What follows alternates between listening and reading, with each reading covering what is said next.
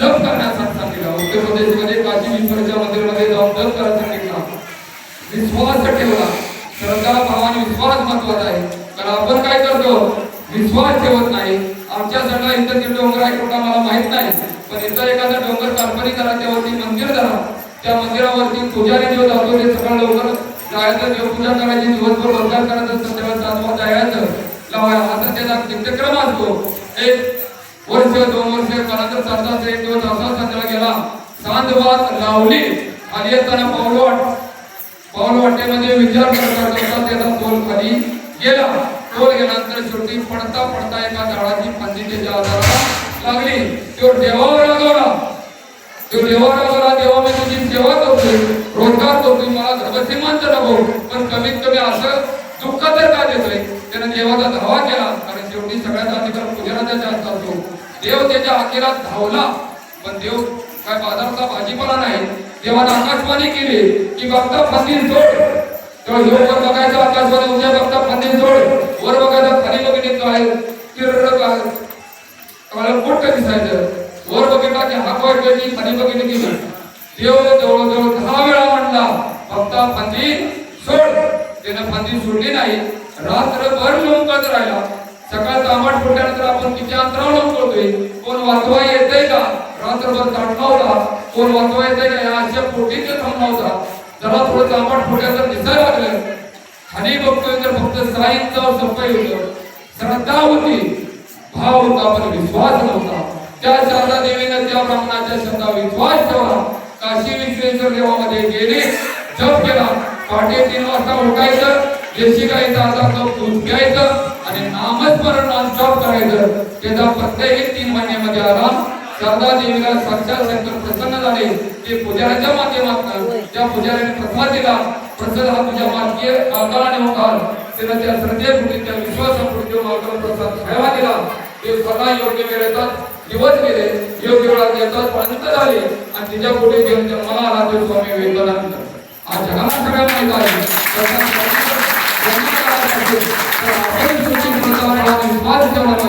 असं जीवन जगा की जीवन जगत असताना एक ना एक दिवस तुमच्या 100% हाताला सोनं लागेल.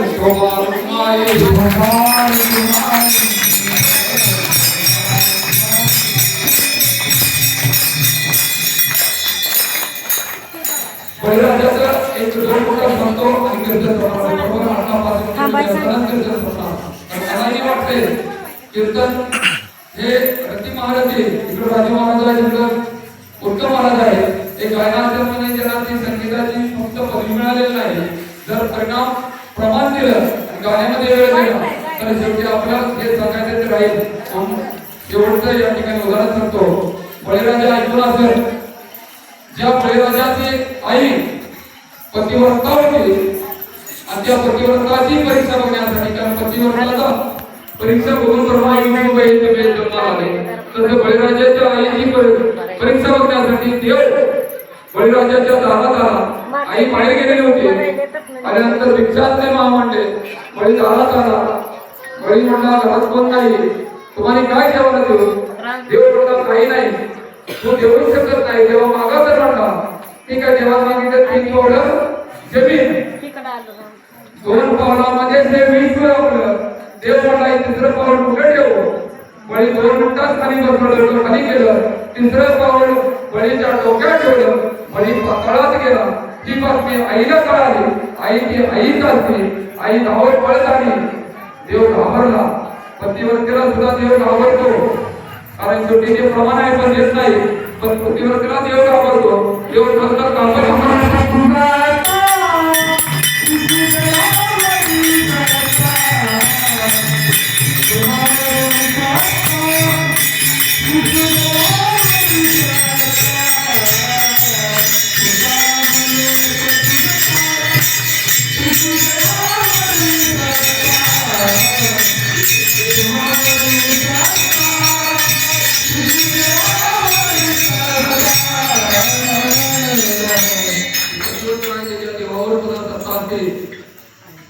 देव घाबरला.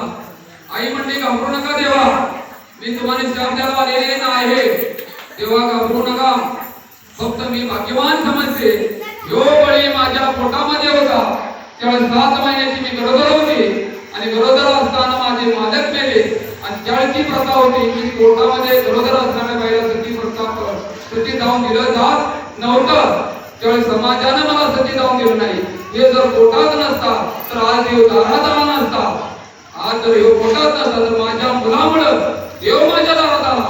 आता देव दारात येण्यासाठी जीवन जगावं ज्यामध्ये देवाला सुद्धा मान खाली घालावं लागेल असं जीवन या श्रीराम आषाढी पाहिजे देव पालखी सोहळा या माध्यमातून या भांबर्डे भूमीमध्ये माणसं नवीन ज्ञान कुठं आहे माहित नाही पण नोकरी धंदा पण वयस्कर माणसं ज्यांची नाव माहिती पण एखादं नाव चुकलं तर ती कीर्तनकर पाहुणे एकाच दोन नाव घेतलं असं न करता ग्रामस्थांच्या वतीने हे जे पाच धरले ही 3 वर्षाची पाच आहे आणि ही पाच कडक राहण्यासाठी रामाना पांडुरंगाना सदैव त्यांच्या कुटुंबाची तुमच्या गावाचे आशीर्वाद द्यावा ही देवाची चरणी प्रार्थना करतो.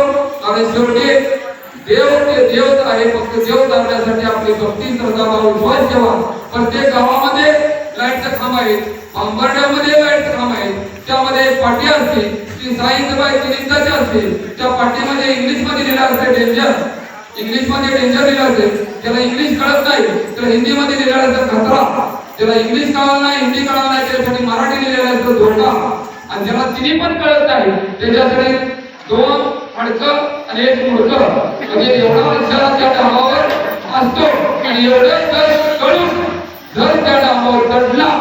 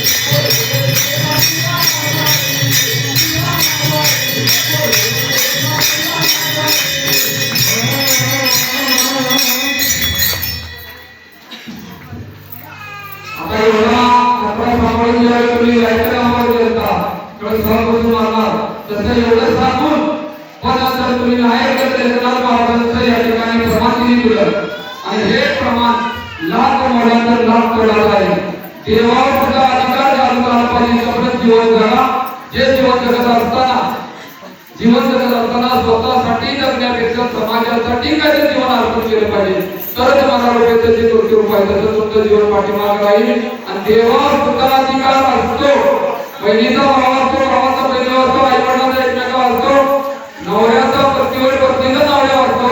आमच्या राजाराम सरकार कारखाना त्या कारखान्यामध्ये काम करणारे कामगार त्या कामगाराचं लग्न झालं. लग्न झाल्यानंतर अपत्य पण झालं पण घडी हळूहळू वळा लागला. मार्गिन मात्र जास्त पुढे व्हायला लागली तेव्हा त्याच्या सुविधांना विचारलं काय तुझी नक्की परिस्थिती काय रोडला झालाय डॉक्टर जातोय काही नाही मला रोग की काय नाही फक्त बायकोच पटायला लागल्या.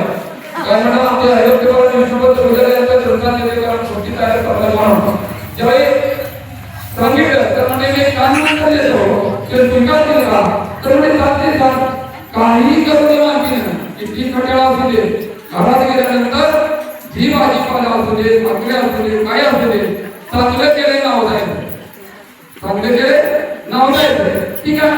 कानमंत्र आहे बघूया काय होतंय.